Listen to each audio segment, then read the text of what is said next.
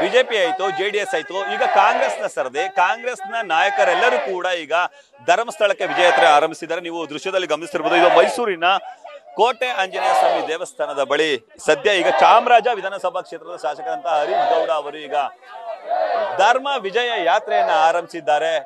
ಸದ್ಯ ಹರೀಶ್ ಗೌಡ ಅವರ ಜೊತೆಗೆ ತನ್ವೀರ್ ಸೇಠ್ ಅವರು ಕೂಡ ಸಾಥನ್ನ ನೀಡ್ತಿದ್ದಾರೆ. ನೀವು ದೃಶ್ಯದಲ್ಲಿ ಗಮನಿಸ್ತಿರ್ಬೋದು, ಹಲವು ಮಂದಿ ಕಾಂಗ್ರೆಸ್ನ ಕಾರ್ಯಕರ್ತರೆಲ್ಲರೂ ಕೂಡ ಈಗ ಧರ್ಮ ವಿಜಯ ಯಾತ್ರೆಯನ್ನ ಆಚರಿಸ್ತಿರೋದು. ಸದ್ಯಕ್ಕೆ ಈಗ ಅಂದ್ರೆ ಕಾಂಗ್ರೆಸ್ ಪಕ್ಷದ ಜೊತೆಗೆ ಧರ್ಮಸ್ಥಳಕ್ಕೆ ಅಂಟಿದಂತಹ ಕಳಕ ಕೂಡ ದೂರ ಆಗಿದೆ ಅಂತ ಹೇಳಿ ಈಗ ಎಲ್ಲರೂ ಹೇಳ್ತಿರೋದು. ಎಲ್ಲರೂ ಕೂಡ ಈಗ ಜೈಕಾರದ ಘೋಷಣೆಯನ್ನ ಕೂಗ್ತಿದ್ದಾರೆ. ಜೈಕಾರದ ಘೋಷಣೆಯನ್ನ ಕೂಗುವ ಜೊತೆಗೆ ಈ ಧರ್ಮಸ್ಥಳದ ಪರವಾಗಿ ಈಗ ಎಲ್ಲರೂ ಕೂಡ ಬ್ಯಾಟಿಂಗ್ ಅನ್ನ ಬೀಸ್ತಿರೋದು. ಪ್ರತಿಯೊಬ್ರು ಕೂಡ ಈಗ ಜೈಕಾರದ ಘೋಷವನ್ನು ಕೂಗುವುದ್ರ ಜೊತೆಗೆ ಧರ್ಮಸ್ಥಳಕ್ಕೆ ಸುಮಾರು 5,000ಕ್ಕೂ ಹೆಚ್ಚು ಮಂದಿ ವಿಜಯ ಯಾತ್ರೆಗೆ ತೆರಳುತ್ತಿದ್ದಾರೆ. ವಿಜಯ ಯಾತ್ರೆಗೆ ತೆರಳುವುದರ ಜೊತೆಗೆ ಧರ್ಮಸ್ಥಳಕ್ಕೆ ಅಂಟಿದಂತಹ ಕಳಂಕವನ್ನ ದೂರ ಮಾಡಬೇಕು ಅನ್ನೋದು ನಮ್ಮ ಉದ್ದೇಶ ಆಗಿತ್ತು. ಅದು ಈಗ ಯಶಸ್ವಿಯಾಗಿದೆ.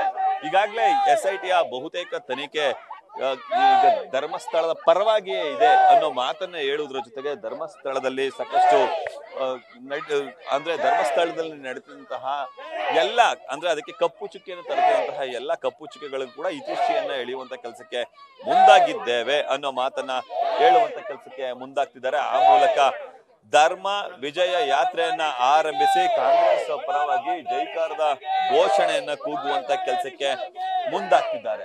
ಇನ್ನು ಹಲವು ಮಂದಿ ಈಗಾಗಲೇ ಇಲ್ಲಿಗೆ ಅಂದ್ರೆ ಸುಮಾರು 5,000ಕ್ಕೂ ಹೆಚ್ಚು ಮಂದಿ ಕಾರ್ಯಕರ್ತರು ಮೈಸೂರಿನಿಂದ ಬಸ್, ಟೆಂಪೋ ಹಾಗೂ ದ್ವಿಚಕ್ರ ವಾಹನದಲ್ಲೂ ಕೂಡ ತೆರಳಿಕೆ ಮುಂದಾಗ್ತಿದ್ದಾರೆ. ನಮ್ಮ ಜೊತೆ ಹಲವು ಕಾಂಗ್ರೆಸ್ನ ನಾಯಕರುಗಳಿದ್ದಾರೆ. ನಾನು ಅವ್ರನ್ನ ಮಾತಾಡಿಸುವಂತ ಕೆಲಸಕ್ಕೆ ಮುಂದಾಗ್ತೇನೆ.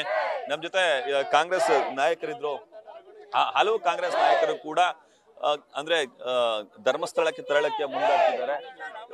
ಸರ್ ಈಗ ಹೇಳಿ ಸರ್, ಧರ್ಮ ವಿಜಯ ಯಾತ್ರೆ ಮಾಡ್ತಿದ್ರಿ ಸರ್, JDS ನವ್ರು ಮಾಡ್ತಿದ್ರು, ಬಿಜೆಪಿ ಅವ್ರು ಮಾಡ್ತಿದ್ರು, ಏನ್ ಟಕ್ಕರ್ ಕೊಡ್ಲಿಕ್ಕೆ ಮಾಡ್ತಾರೆ ಸರ್? ಟಕ್ಕರ್ ಅಂತಲ್ಲ, ಈಗ ಸತ್ಯವಾದಂತ ವಿಚಾರ ಏನಿದೆ ಅದು ಗೊತ್ತಾಗ್ಬೇಕು ಸರ್. ಈಗ ಯಾಕಂದ್ರೆ ಈಗ ಅಲ್ಲಿ ನೋಡಿ, ಈ ಒಂದು ವ್ಯವಸ್ಥೆಯಲ್ಲಿ ಯಾವ ರೀತಿ ಪಿತೂರಿ ಆಗ್ತಾ ಇದೆ ಅನ್ನುವಂಥದ್ದು ಈಗ ನೀವೆಲ್ಲ ಮಾಧ್ಯಮದಲ್ಲಿ ನೀವು ಪ್ರಚಾರ ಮಾಡಿದ್ದೀರಿ ಸರ್. ಈಗ ಅದು ಸತ್ಯಶೋಧನೆ ಏನಾಗ್ತಾ ಇದೆ ಮತ್ತೆ ಈಗ ಅವರೇ ಸರಿ ಅದೇನಾಗುತ್ತೆ ಅದು ಬರಬೇಕು ಅನ್ನೋ ವಿಚಾರದಲ್ಲಿ ಮಾಡ್ತಾ ಇದ್ದಾರೆ ಸರ್. ಈಗ ಶಕ್ತಿ ಈಗ ನಮ್ಮ ತನ್ವೀರ್ ಸೇಠ್ ಸಾಹೇಬರು ಬಂದಿದ್ದಾರೆ, ಮತ್ತೆ ನಮ್ಮೆಲ್ಲ ಹರೀಶ್ ಗೌಡರು ಬಂದಿದ್ದಾರೆ, ಮತ್ತೆ ಎಲ್ಲ ಸುಮಾರು ವಾಹನಗಳಿಂದ ಎಲ್ಲ ಹೋಗಿ ಅಲ್ಲಿ ನಾವು ಅಂದ್ರೆ ನಾವು ಧರ್ಮದ ಪರ ಇದ್ದೀವಿ, ಸತ್ಯದ ಪರ ಇದೀವಿ ಅನ್ನೋದನ್ನ ತೋರಿಸೋದು. ಮತ್ತೆ ಎಲ್ಲಿ ಅಸತ್ಯ ಇದೆ ಮತ್ತೆ ಎಲ್ಲಿ ಅಧರ್ಮ ಇದೆ ಅದು ಬರಬೇಕು ಸರ್ ಹೊರಗಡೆ, ಅದು ಯಾರೇ ಆಗಿರಲಿ. ಮತ್ತೆ ಅದು SIT ಮುಖಾಂತರ ಬರ್ತಾ ಇದೆ. ಈಗ ಅದು ಬಹಳ ಒಂದು ಏನು ತುಂಬ ಡಿಸಿಪ್ಲಿನ್ ನಡೀತಾ ಇದೆ. ಇದು ಮುಂದೆ ಅದರ ಒಂದು ವ್ಯವಸ್ಥೆ ಏನಾಗ್ತದೆ ನೋಡೋಣ ಸರ್.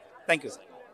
ಇದು ಕಾರ್ಯಕರ್ತರ ಮತ್ತು ಕಾರ್ಯಕರ್ತರೆಲ್ಲರೂ ಹೇಳೋದೇನಂತಂದ್ರೆ ಸತ್ಯ ಅಸತ್ಯದ ನಡುವೆ ಯುದ್ಧ ನಡೀತಿದೆ, ಹಾಗಾಗಿ ಸತ್ಯಕ್ಕೆ ಜಯ ಸಿಗ್ಬೇಕು ಅನ್ನೋದು ನಮ್ಮ ಉದ್ದೇಶ ಅನ್ನೋ ಮಾತನ್ನ ಹೇಳ್ತಾರೆ. ಕ್ಯಾಮರಾಮನ್ ವಿನಯ್ ಜೊತೆ Ravi Pandavapura, news first Mysuru. News first ನಿರ್ಭೀತಿಯಿಂದ ನಿಮ್ಮ ಪರವಾಗಿ.